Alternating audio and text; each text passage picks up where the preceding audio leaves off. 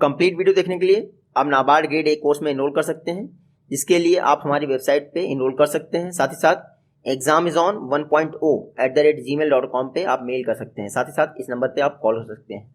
देखिए NABARD grade A course, इसमें 3 package available हैं, package 1, package 2 and package 3।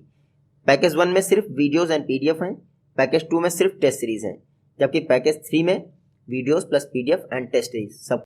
Hello दोस्तों, तो एक बार फिर से मैं हाजिर हूँ नाबार्ड ग्रेड ए 2021 के लिए ESI ARD सीरीज का पार्ट 55 लेकर। अभी तक इस सीरीज में 54 पार्ट्स कवर कर चुके हैं। आप सभी को पता है नाबार्ड ग्रेड एग्जाम 2021 के लिए हम लोग ESI ARD और जनरल अवेयरनेस को पिछले 8 महीने से कवर कर रहे हैं। इसका मतलब हमें कुछ नया नहीं कवर करना है। 8 महीने का कवर हो ही गया है, 2-3 महीने बचे हैं, वो हम अगले 10 दिन में कवर कर लेंगे।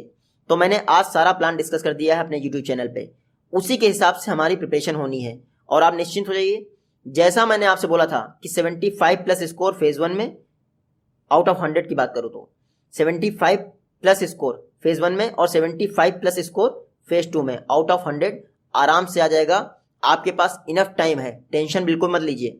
बस स्ट्रेटेजी वाइज आप प्रिपेयर करिए, इजीली आप ट्रैक कर लोगे, क्योंकि सब परेशान है लेकिन आप नहीं परेशान हो। चलिए आपका 10th एग्रीकल्चर सेंसस देख लेते हैं। इस सेंसस को पढ़ने से पहले हमें कुछ टेक्निकल जो टर्म्स हैं उनकी डेफिनेशन आनी चाहिए। पहली बात तो इस सेंसस में ऑपरेशनल होल्डिंग्स, इसका नाम कई जगह पे यूज किया गया है।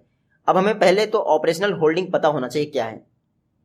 देखिए, कोई भी लैंड जो कि होली या फिर पार्सली एग्रीकल्चर प्रोडक्शन के लिए यूज हुई हो, यानी लैंड का कोई पार्ट जो कि एग्रीकल्चर प्रोडक्शन के लिए यूज हुआ हो, बस उसका जो लीगल पर्सन है वो एक पर्सन होना चाहिए, यानी वो अपना नाम लीगल रूप से किसी और के साथ शेयर नहीं करना चाहिए। सपोज करिए मेरे नाम पे जमीन है, तो ये जमीन मेरे नाम पे ही हो, उसको एक लैंड होल्डिंग के नाम पे माना जाएगा। अब पता लगा मेरे नाम पे भी अगले नाम पे भी है, तो उसको एक लैंड होल्डिंग नहीं माना जाएगा। हालांकि एक कंडीशन ये है और दूसरी कंडीशन है कि आपके एग्रीकल्चर प्रोडक्शन के लिए वो यूज हो, चाहे वो पूरी जमीन या फिर पार्सली यूज हुई हो। तो ऑपरेशनल होल्डिंग वो रहती है, एक मतलब जब भी आपका एग्रीकल्चर सेंसस हो रहा हो तो वो लैंड एग्रीकल्चर प्रोडक्शन के लिए पूरी तरह से या फिर किसी पार्ट के रूप में यूज हुई हो, और उसका नाम यानी उसका जो रिस्पॉन्सिबल पर्सन है, लीगल नेम एक होना चाहिए, किसी और के साथ शेयर नहीं करना चाहिए। लीगल फॉर्म साइज लोकेशन ये सब शेयर नहीं करना चाहिए। ये हो गई आपकी ऑपरेशनल होल्डिंग्स। ऑपरेशनल होल्डर कौन होते हैं? ऑपरेशनल होल्डिंग जिसके नाम पे होती है ना, वही ऑपरेशनल होल्डर होते हैं। तो सेम पर्सन हो गया आपका। देखिए टेक्निकल यूनिट में आप देख लीजिए, यूनिट ऑफ लैंड जो कि सेम मैनेजमेंट के तहत आती है, उसको कहते हैं ऑपरेशनल होल्डिंग। तो सेम मैनेजमेंट के अंदर अगर तभी तो आएगी ना जब आपके नाम पे होगी। ऐसा तो नहीं होगा कि किसी और की जमीन पड़ी है, आप जाके कल्टीवेशन स्टार्ट कर देते हैं। तो ऑपरेशनल होल्डिंग यानी एक पर्सन के नाम पे एक एग्रीकल्चरल लैंड जिसको सेम ईयर में एग्रीकल्चर के लिए यूज किया गया हो, बस। ऑपरेटेड एरिया क्या होता है? ऑपरेटेड एरिया रेफरेंस पीरियड, मतलब कि जिस वर्ष आपका एग्रीकल्चर सेंसस कंडक्ट किया गया है।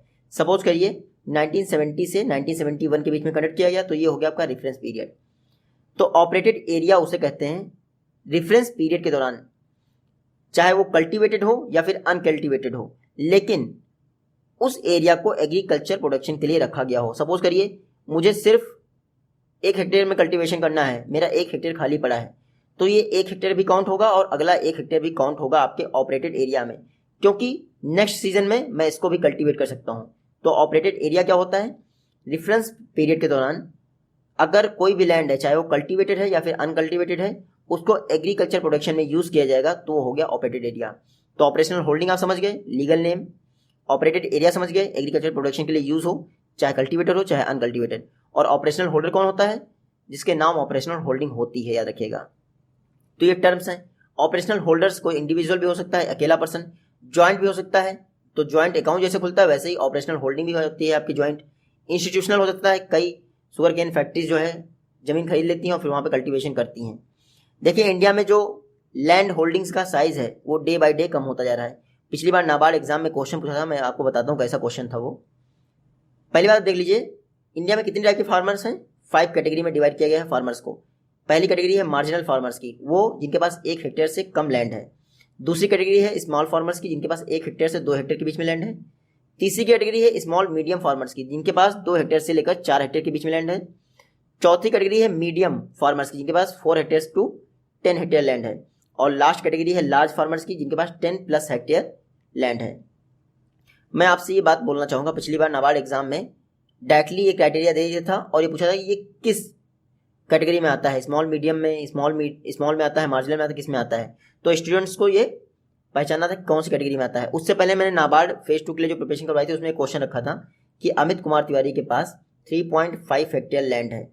आपको बताना है अमित कुमार तिवारी किस कैटेगरी के किस फॉर्मल कैटेगरी में आते हैं। तो सेम वैसा ही क्वेश्चन लगभग नाबार्ड फेज 2 में पूछा था। मेरा पर्पज़ है आपको मेमोराइज करवाना, फैक्ट याद करवाना। कंप्लीट वीडियो देखने के लिए आप नाबार्ड ग्रेड ए कोर्स में इनरोल कर सकते हैं, जिसके लिए आप हमारी वेबसाइट पे इनरोल कर सकते हैं। साथ ही साथ examizon1.o@gmail.com पे आप मेल कर सकते हैं। साथ ही साथ इस नंबर पे आप कॉल हो सकते हैं। देखिए नाबार्ड ग्रेड ए कोर्स, इसमें 3 पैकेज अवेलेबल हैं, पैकेज 1, पैकेज 2 एंड पैकेज 3।